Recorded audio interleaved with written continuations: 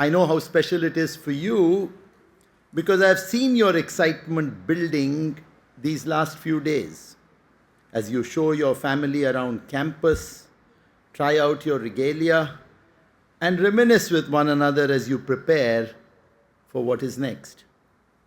I know the pride and joy all of you here feel. And as I look out over Baker Lawn, it is a truly awe-inspiring sight.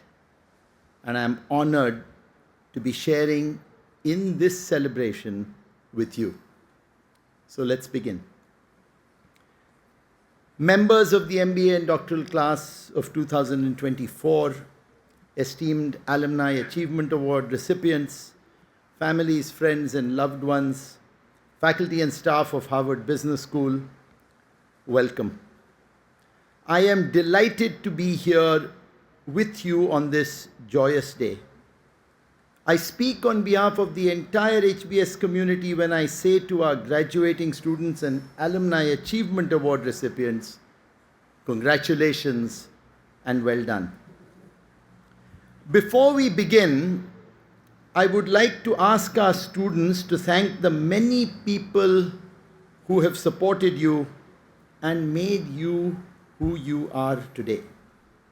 Mothers and fathers, sisters and brothers, husbands and wives and partners and children, classmates and friends. They had your back. So please stand up and turn around. Take a moment now to show everyone gathered here today how much their love mattered to you and how much they mean to you.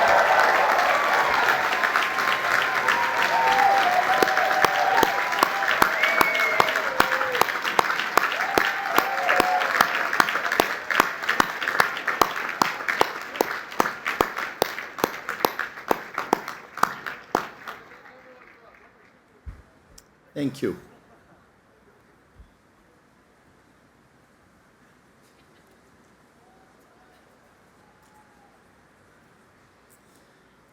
I have had the privilege of watching many classes walk across this stage.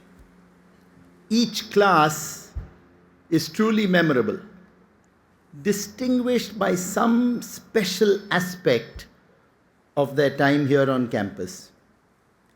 When I consider you, the class of 2024, I will remember your efforts to sustain community and build understanding at a very difficult time in the world. Some of you, I know, have been deeply affected by the October 7th attacks and disturbing acts of anti-Semitism globally in the months since. Some of you have been deeply affected by the war between Israel and Hamas and the humanitarian crisis and death toll in Gaza that has ensued. At a time when our campus could have been badly divided, you instead sought ways to develop empathy and preserve the ties that make this community so special. You also came together to learn. As a result, I was honored to recognize the key leaders of two student clubs, the Jewish Student Association and the Middle East and North Africa Club, with Dean's Awards yesterday. Whatever you were managing individually, collectively you and they supported those who needed help. As Desiree Rogers said yesterday, you don't need to wait to become a leader to lead. You demonstrated that beautifully during your time at HBS. I know this was not easy, and I am deeply, deeply grateful.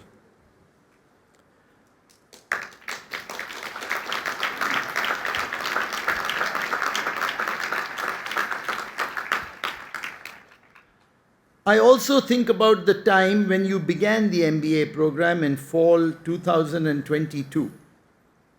Matt Weinzerl and Mitch Weiss, our faculty chairs, introduced a phrase that they hoped would provide an easy shorthand of our expectations and aspirations for you.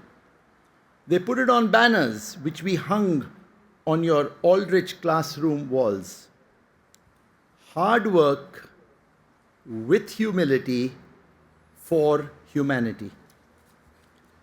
Today I ask you to join me in reflecting on those words one more time, how they have influenced your time at Harvard Business School, and how they might continue to provide guidance as you begin the next phase of your professional life. Let's start by looking back. I see hard work with humility for humanity as the human dimensions that bring to life our mission of educating leaders who make a difference in the world. Educating leaders requires humility. We cannot educate unless you have a learning mindset, and you cannot have a learning mindset unless you have humility. Making a difference is not easy. It requires hard work. In the world means for humanity, changing people's lives and society more generally for the better. We hope your time at Harvard Business School has increased your capacity for an appreciation of hard work. Your memories of your MBA experience undoubtedly include late nights as you prepared cases, polished presentations, wrote papers, or completed team projects. Although some people may be born with a solid work ethic, most of us learn it. And we do so by striving to meet high standards consistently. I know many of you occasionally wondered, can I do this during your first semester? Your presence here today is proof that persistence and resilience, attributes that will be important throughout your life, have served you well. We hope your classroom experiences have increased your ability to feel and demonstrate humility. The case method is especially helpful in this regard. It teaches you how to think, not what to think. It educates for judgment by reminding us each day how much we don't know. I believe the most important lesson the case method teaches is this: in most situations, the surest route to being an effective leader is to be the one who listens intently, exhibits curiosity, and remains open to arguments that might change your point of view. These behaviors all require humility. We hope that during your time as students, you become more aware of how management decisions impact humanity.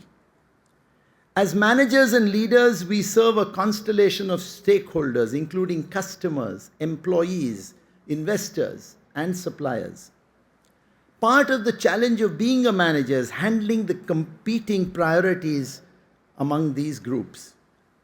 As you have heard me say before, I believe business is a powerful force for good in society, lifting millions of people out of poverty and providing valuable products and services that have improved standards of living around the world. Across all your courses, you've had to consider how you too can be a leader who serves humanity. In your final moments as students at Harvard Business School, I now ask you to look forward and consider how you will instill hard work with humility for humanity in the organizations you will lead. How do you get an organization to embrace hard work? Some leaders do it by setting a pace themselves and hoping others can race to match it. Some leaders do it by focusing on culture, hiring the right people, celebrating certain behaviors, and establishing norms that communicate this is the way we do things. Some leaders do it by relying on incentives. As you think about the best way to ensure your team or organization is working hard, I'd urge you to consider which methods scale well in the modern workplace and which will not. Let me give you an example. We used to talk about managing by walking around. This informal way of managing through observation and casual interaction relied on a simple premise that workers were physically together and in an office. Workforces today, though, can be remote or hybrid, and many are global, making this approach infeasible and ineffective. Leading in this environment requires more reliance on culture and trust. Managers will need to make employees feel empowered and supported. Managers will need to ensure workers are using the new capabilities of AI to leverage their capabilities and expertise. And managers will need to build teams in which people are judged on the outcomes and outputs of their work rather than whether they appear busy. Of course, managers also must be attentive to new downsides, including the risk of burnout, ensuring that employees aren't working too much and that even in a performance-driven culture that emphasizes hard work, they maintain time for activities that will ensure a healthy personal and professional balance. This is true for you as well. When I think of leaders who have energized an organization to embrace hard work, I think of two of our alumni leaders at JP Morgan Chase, Jamie Dimon and Mary Erdos. There is no question that even against the standards of Wall Street, people at this organization work extremely hard, and that's by design. Jamie and Mary are unapologetic about the reality that success in their industry requires it. Yet both also spend many hours mentoring subordinates, setting the next generation of leaders up for success. And they each display deep devotion to their families and are active in their communities. As you think about how you as a leader will instill hard work in your organization, there's much you can learn from Jamie and Mary. Next, how do you get an organization to behave with humility? You do it by emphasizing that even successful organizations rarely know all the answers. You do it by recognizing that the strategies that made you successful in the past won't guarantee success in the future. You do it by creating an organization that's hungry to learn, that invests in innovation to find new answers to old problems, and that is open to ideas and input from everyone on the team, no matter their rank or status. Although some may not immediately associate Harvard Business School as an exemplar of humility, everything we do is rooted in that quality. In our classrooms, we encourage students to talk more than the faculty. Our research is done out in the field and predicated on observing innovative practices and learning from real-life managers.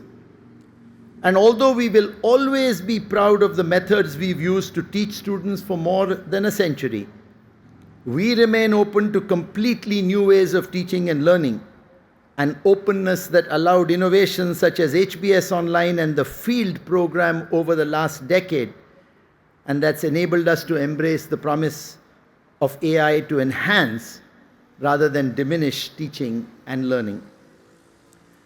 When I think of leaders who have imbued a large organization with a sense of humility, I think of Warren Buffett. His annual shareholder letters are self-effacing, often reflecting on his poor decisions instead of his successes. The important lesson is this: leaders and organizations will make mistakes, and it is humility that allows them to learn from them. In his personal life, Buffett remains a model of humility. Despite his wealth and fame, he has lived in the same modest Omaha home for nearly 70 years, drives a 10-year-old car, and generally shuns the limelight. Eric Roberts advised you eloquently yesterday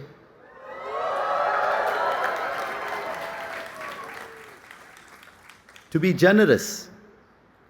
Buffett has been a true model of generosity too.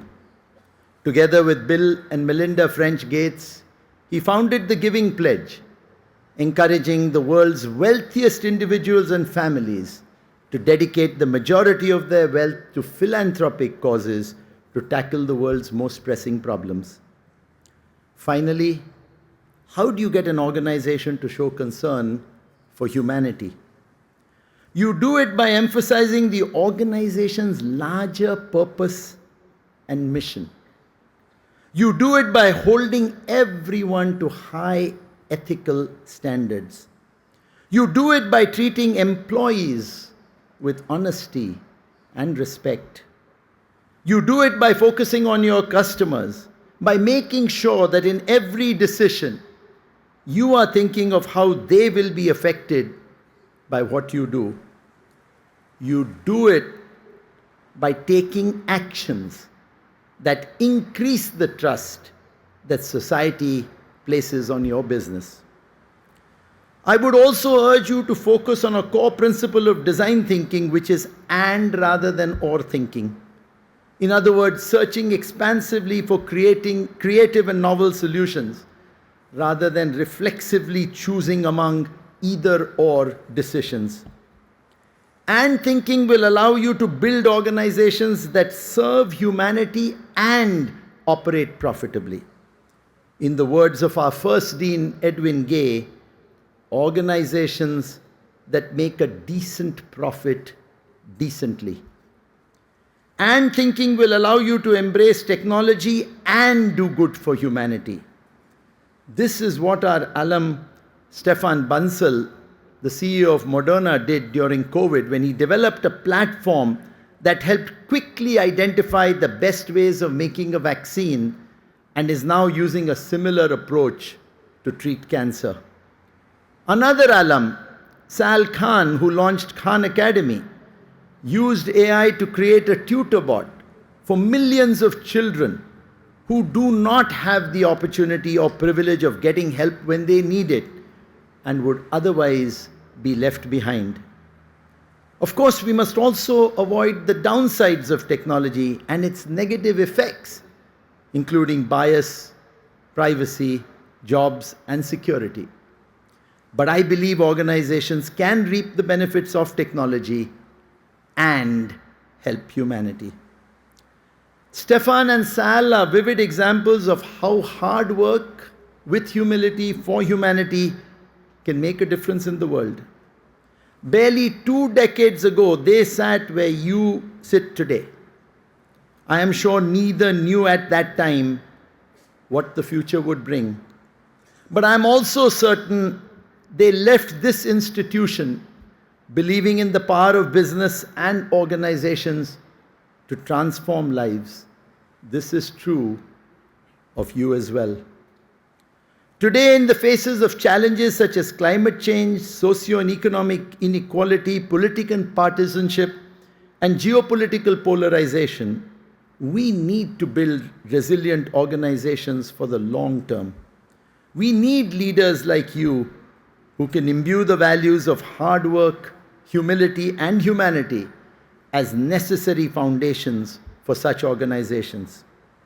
There are no better exemplars of hard work with humility for humanity than the 5 recipients of this year's Alumni Achievement Award: Peter Crisp, John Hess, Desiree Rogers, Gerald Schwartz, and Gwyl York, who we will celebrate in just a moment. Harvard Business School was founded in 1908 in response, at least in part, to a question put to Harvard's president amid tumultuous times in a challenging world. Can Harvard University do anything of a systemic sort to provide from year to year a few young people who grow into leaders wanted? Today, 116 years later, our purpose, our reason for being remains to train the hardworking and humble leaders that the world needs. Let me end my commencement remarks by returning to what I said when I first welcomed you to campus in fall 2022. I hope you will never lose sight of the basics. Act with integrity, empathy, and humility. Treat those who you lead with respect. Don't forget to hold the door open for others. And take every opportunity to create purpose and meaning in your life and for others. I know I speak on behalf of the entire community when I say how proud we are of you and what high hopes we have for you. We offer you congratulations and our very best wishes. Thank you very, very much.